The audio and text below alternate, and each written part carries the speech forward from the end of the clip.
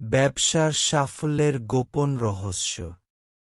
আমি একটি নতুন ব্যবসা আইডিয়ার সন্ধানে ছিলাম। আমি প্রচুর সময় ব্যক্তিগত ব্যবসায়িক উদ্যোগের সন্ধানে ব্যয় করেছি, কিন্তু কোনো নির্দিষ্ট সফলতার অভিজ্ঞতা হয়নি। শেষ পর্যন্ত আমি একটি ব্যবসা প্ল্যানের উপর আলোচনা করেছিলাম, যা আমি আমার আত্মবিশ্বাস প্রতিষ্ঠা করার ক্ষেত্রে নিশ্চিতভাবে মহান আছে না।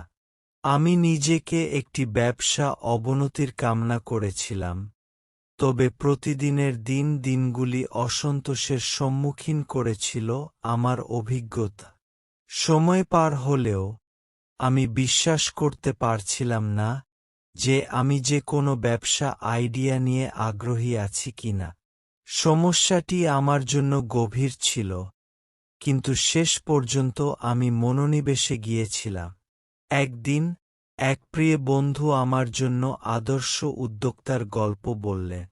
সে ব্যবসা শুরু করেছিল একটি ছোট মাছের পানিতে প্রতিষ্ঠান, এবং এর পরিচালনা করেছিলেন একজন আত্মবিশ্বাসী তার পথে যাচ্ছিল। তারা প্রায় 7 বছর ধরে এই ব্যবসা চালাচ্ছিলেন, এবং এখন তাদের প্রতিষ্ঠান একটি সফল সম্পত্তি হিসাবে পরিচিত।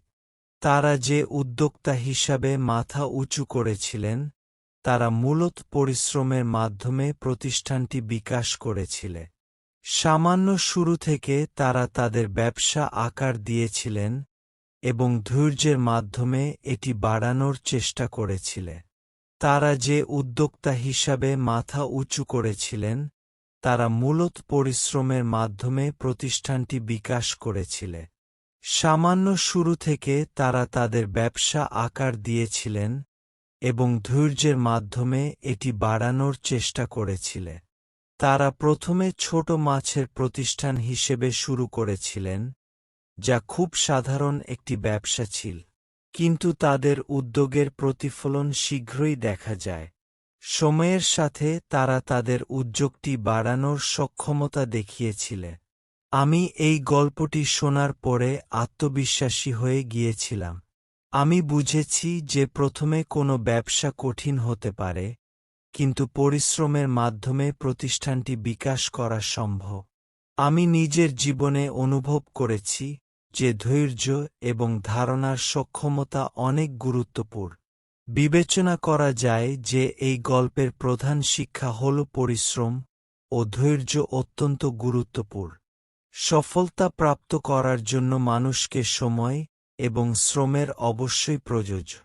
এই গল্পটি আমার ব্যবসার অনুভবের দিকে একটি নতুন পরিবর্তন আনে।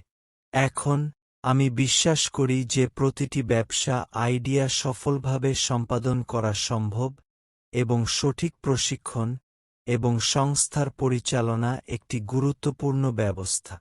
আমি আমার ব্যবসার উদ্যোগের সফলতার জন্য প্রস্তুত হয়ে গিয়েছি, এবং এই সমস্ত অভিজ্ঞতা আমি নিজের জীবনে অনুপ্রাণিত হয়েছি।